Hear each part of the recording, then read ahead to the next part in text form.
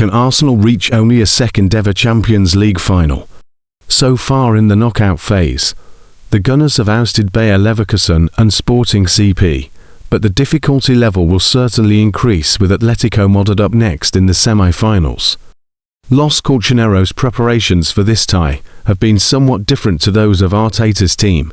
More on that shortly, and Gunners should certainly take encouragement from Atleti's less than impressive set-piece defending in the last week or so.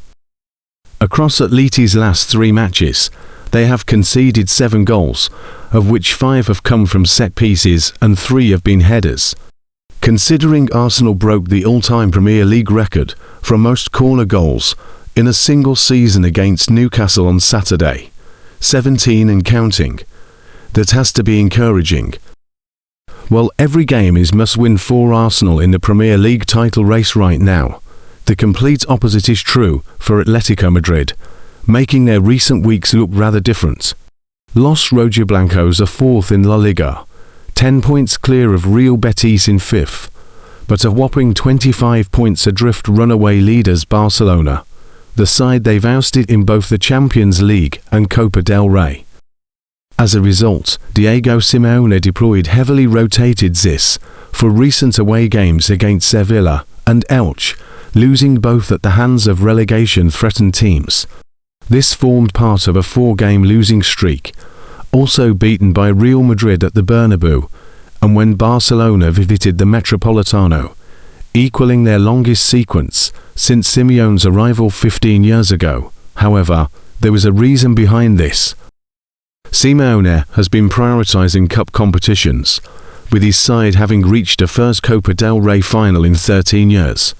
However, at the Cartucho 11 nights ago, Atleti were beaten in a penalty shootout by Real Sociedad in Seville after a thrilling 2-2 draw. The usually reliable Alexander Sørloth and Julian Alvarez both seeing their attempts from 12 yards saved. This mass rotation policy unquestionably helped Los Colchoneros oust Barca in the quarter-finals, but Simeone then felt his side clearly needed a week at the weekend. All the big guns were back for Saturday night's 3-2 home win over Athletic Club. Antoine Griezmann equalising before Sørloth struck twice.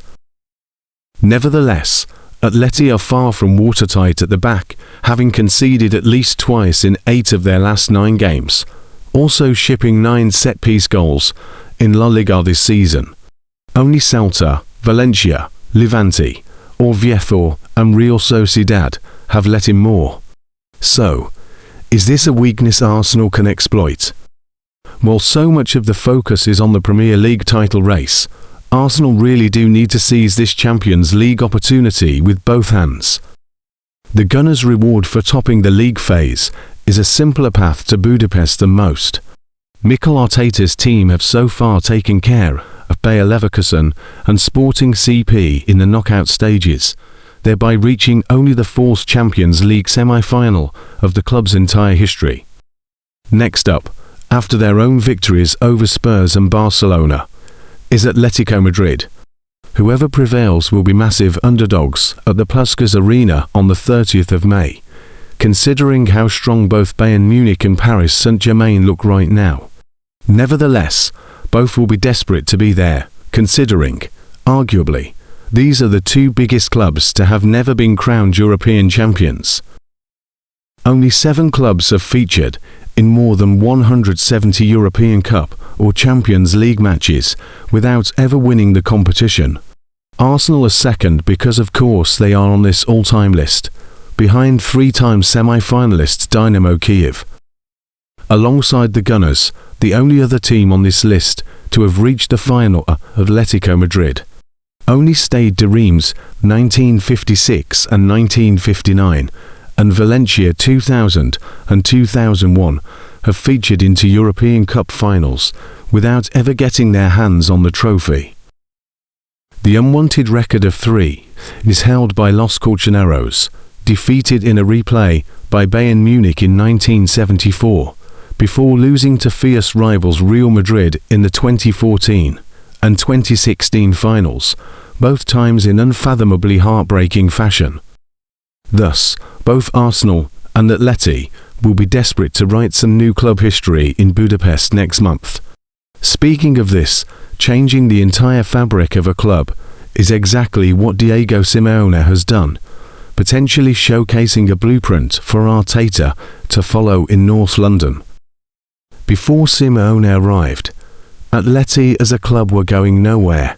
Los Rojiblancos had been in the Segunda Division as recently as 2002, regularly finishing in the bottom half when in La Liga. However, Simeone came in and made an instant impact, winning the Europa League 6 months after his appointment, beating Real Madrid in the Copa del Rey final at the Bernabeu the year after, before securing the La Liga title in 2014. To clinch this, Atleti dramatically drew 1-1 at Camp Nou on the final day. Having now been in situ for 16 years, Cholo Simeone is often criticised for not regularly challenging for the league title. They have finished exactly third in 7 of the last 10 seasons, on course to end up 4th this year. Last weekend, Los Colchoneros missed out on the chance to end their silverware drought, defeated on penalties by Real Sociedad in the Copa final at the Cartuja. Thus, there are parallels between this and Arteta's Arsenal. Consistent league finishes without the silverware to show for their efforts, taking on a true established behemoth that has all the financial advantages over you, or in Atleti's case, too. The only difference is that Arteta did not build up early success that would secure him credit in the bank for life, as Simeone did a decade and more ago. Excitement is building ahead of Arsenal's Champions League semi-final. After topping the league phase table, the Gunners have ousted by Bayer Leverkusen and Sporting CP in the knockout stages so far. Thus, they have reached the competition's last 4 for only the 4th time, after 2006, 2009 and last season, and their hopes of being in Budapest may have received an early boost. Their opponents, not as many expected, will be Atletico Madrid, after Diego Simeone's side ousted Barcelona 3-2 on aggregate following to thrilling ties. Los Colchoneros have been prioritising cup competitions this season, but that strategy hasn't paid off so far. That's because, on Saturday night, Atleti were beaten on penalties by Real Sociedad in the Copa del Rey final, following an end-to-end 2-2 draw at the Cartuja. However, this loss may have come at a cost for Simeone's side more than just missing out on the silverware. That's because, as has been widely reported, both Alexander Sørloth and Ademola Lookman suffered minor injuries in Seville. They will thereby sit out Los Rojiblancos' next league games against Elche on Wednesday and Athletic Club on Saturday night, and are also major doubts ahead of Arsenal's visit to Madrid in 8 days' time. So, why would this be such a boost for Mikel Arteta? Starting with Lookman, since he joined Atleti from Atalanta for €35 million in January, he has been completely transformational. The South Londoner scored on his debut against Real Betis and has never looked back, bagging 7 goals and 4 assists in total from only 18 appearances.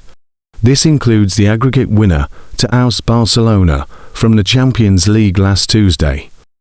It is no coincidence that Atletico's goals per game figure exponentially increases with Lookman in the team. This includes scoring 5 against Betis and Tottenham, as well as 4 when Barcelona ended the Metropolitano in February. The Nigerian has simply made Simeone's side more attacking. Before, a more conservative player such as the now departed Conor Gallagher or perhaps Ilix Bina would be utilised on the left-hand side. Now, however, Los Rojiblancos deploy essentially a front 4, featuring Giuliano Simeone on the right wing, with Antoine Griezmann and Julian Alvarez through the middle. Now, that usual starting front 4 does not include the name of Alexander Sørloth. So why would be such a miss? The Norwegian has established himself as something of a super sub.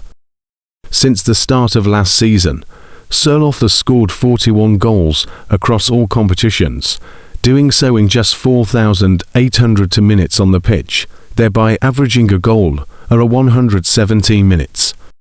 Last season, he ranked first across Europe's Big Five leagues for goals per 90, with a staggering figure of 1.15, while also first for league goals off the bench with 12.